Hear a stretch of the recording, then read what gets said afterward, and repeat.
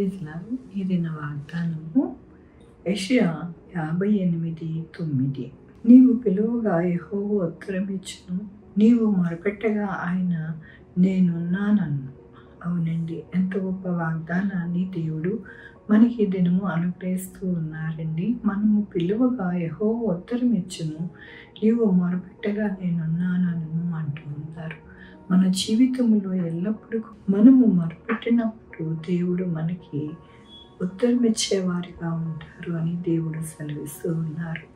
దేవుని యొక్క వాక్యంలోని నేను వారి ప్రవర్తన చూచితిని, వారిని స్వస్థపరచును, వారిని విడిపింతును, వారిలో దుఃఖించు వారిని ఓదార్చుతును.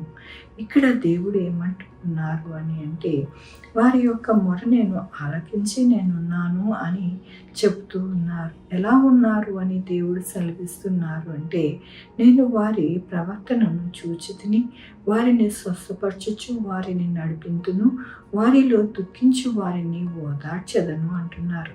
నేనున్నాను అని అంటే దాని అర్థం ఏమిటి అంటే, నేను వారి ప్రవర్తనని చూచితిని, వారిని స్వస్థపరుస్తాను, వారిని నడిపిస్తాను, వారి యొక్క దుఃఖమును ఓదార్పుగా నేను చేస్తాను, ఓదార్చదను అంటున్నారు. కాబట్టి మన జీవితంలో ఎల్లప్పుడూ కూడా ఎప్పుడు కూడా కృంగిపోక దుఃఖిస్తూ బాధపడుతూ ఉండకుండా, దేవుడు నా యొక్క జీవితంలో నా మొర ఆలకించి నా యొక్క జీవితంలో ఆయన ఉన్నారు అని మనము విశ్వాసముతో నడిస్తే కనుక మన జీవితంలో ఈ వాక్యము నెరవేర్చబడుతుంది. ఏ వాక్యము అనగా, దుఃఖించు వారిని ఓదార్చుదును, స్వస్థపరచుదును, వారిని నడిపింతును అంటూ ఉన్నారు. వారి ప్రవర్తన అంతటినీ కూడా చూచితిని అంటున్నారు. మనము ఎవరికి పూజిస్తున్నాము, ఎవరిని ప్రార్థిస్తున్నాము, ఎవరికి మొరపెట్టుకుంటున్నాము అంటే చూచే దేవుడికి మొరపెట్టుకుంటున్నాం, ప్రార్థిస్తూ ఉన్నామంటే ఆయన యొక్క కృప మనతో ఉన్నది కాబట్టి వారిని మనము దేవుణ్ణి ఎప్పుడు కూడా పూజిస్తూ ఉన్నాము, ప్రార్థించుకుంటూ ఉన్నాం. కాబట్టి దేవుడు అంటున్నారు, నేను చూచి మిమ్మల్ని ఎల్లప్పుడూ కూడా విడవక మీ యొక్క జీవితంలో నేను సహాయకుడుగా ఉంటాను, మిమ్మల్ని ఎప్పుడు కూడా ఉద్ధరిస్తాను, మీ యొక్క దుఃఖాన్ని బాధని తీసివేసి మీకు సంతోష సమాధానాన్ని కలగజేస్తాను. నేను ఉన్నవాడను కదా, నేను ఎల్లప్పుడూ కూడా మీతో జీవించేవాడును కదా, నేను ఎల్లప్పుడూ కూడా మీతోనే ఉంటాను కదా, మరి మీరెందుకు బాధపడుతూ ఉన్నారు, కష్టపడుతూ ఉన్నారు అని దేవుడు మాట్లాడుతూ ఉన్నారు. ఆయన మొర ఆలకించే దేవుడుగా మరొకసారి మన జీవితంలో ఈ వాగ్దానముతోనూ వాక్యముతో మాట్లాడుతూ ఉన్నారు. మనం మర్చిపోకూడదు. మాట్లాడే దేవుడు, మనల్ని చూచే దేవుడు, మన మొర ఆలకించే దేవుడు అని మనము మరొక ఎల్లప్పుడూ కూడా ఆయన యందు విశ్వాసముతో మొరపెట్టుకుంటూ ఆయన వైపు చూస్తూ మనము మన యొక్క జీవితము సాగించాలని దేవుడి దినము సెలవిస్తూ ఉన్నారు. అంతే తప్ప ఈ లోకము వైపు చూస్తే కనుక ఈ లోకంలో ఉన్నవాడు దుష్టుడు ఎల్లప్పుడూ కూడా మనల్ని ఓదార్చేవాడు కాదు, దుఃఖాన్ని కలగజేసేవాడు, మనల్ని ఎల్లప్పుడూ కూడా పాడు చేసేవాడు, మనల్ని సంరక్షించేవాడు కాదు. కాబట్టి ఈ లోకము వైపు చూడక దేవుని వైపు చూసినప్పుడు గొప్పగా మన యొక్క జీవితము ఆశీర్వదింపబడుతుంది, దీవింపబడుతుందని మనము మరొక మన జీవితంలో మనం మొరపెడుతూ ఆయన వైపు చూస్తూ ఉంటే కనుక దేవుడు తప్పకుండా మన జీవితంలో గొప్ప కార్యములు చేస్తానని ఈ దినము దేవుడు వాక్యముతోనూ వాగ్దానముతోనూ మాట్లాడుతున్నందుకు దేవునికి వందనాలు చెల్లిస్తా ఉన్నాను. ఈ దినము నా పుట్టినరోజు, పెళ్లి రోజు, అనేక శుభదినములు చేసుకుంటున్న వారందరికీ కూడా నిండారిగా శుభాకాంక్షలు తెలియజేస్తూ ఉన్నానండి. మీ జీవితంలో దేవుని యొక్క ఆశీర్వాదము, ఆయన బహుమానము మీకు కలుగునుగాక. ప్రార్థించుకుందామండి. యెహోవా దేవా, నా తండ్రి, నా ప్రభా, మీ కృపా కనికరిస్తాను బట్టి మీకు వందనాలు. నాయన, మేము మొరపెట్టినప్పుడు నాయన మాకు ఉత్తరం ఇచ్చే దేవుడు, నేను ఉన్నానన్న దేవుడు, మా దుఃఖాన్ని తీసివేసే దేవుడు, మమ్మల్ని చూచే దేవుడు నాయన, మా ప్రవర్తన అంతటినీ మరి మీ యొక్క కనుదృష్టిలో నాయన చూచే దేవుడుగా మీరు ఉన్నారు. వందనాలు చెల్లిస్తా ఉన్నాను.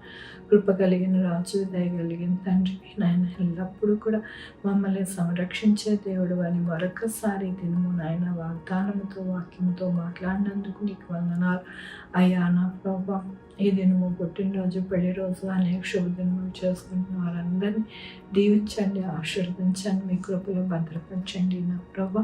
అలాగేనైనా నా తండ్రి, మా కొరకు ప్రార్థించమన్న వారిని, వారి బిడ్డల భవిష్యత్తు, వారి ఆరోగ్యములు, వారి చేయి పనులు, వారి ఉద్యోగములు, వారి వ్యాపారములు, వారి యొక్క మరి నయన చేతి వృత్తులు అన్నింటినీ దీవించండి, ఆశీర్వదించండి.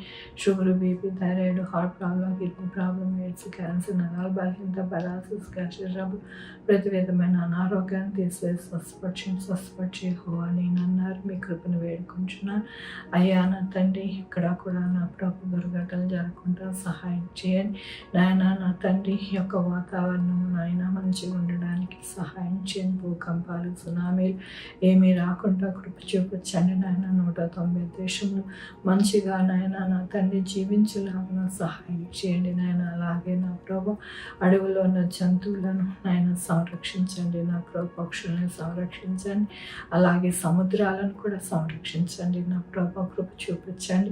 మానవుడు ఈ లోకంలో నాయన అనేక విధాలుగా తనకు తాను నాశనం కొని తెచ్చుకుంటున్నారు అని వాతావరణం హెచ్చరిస్తుంది నా ప్రభా.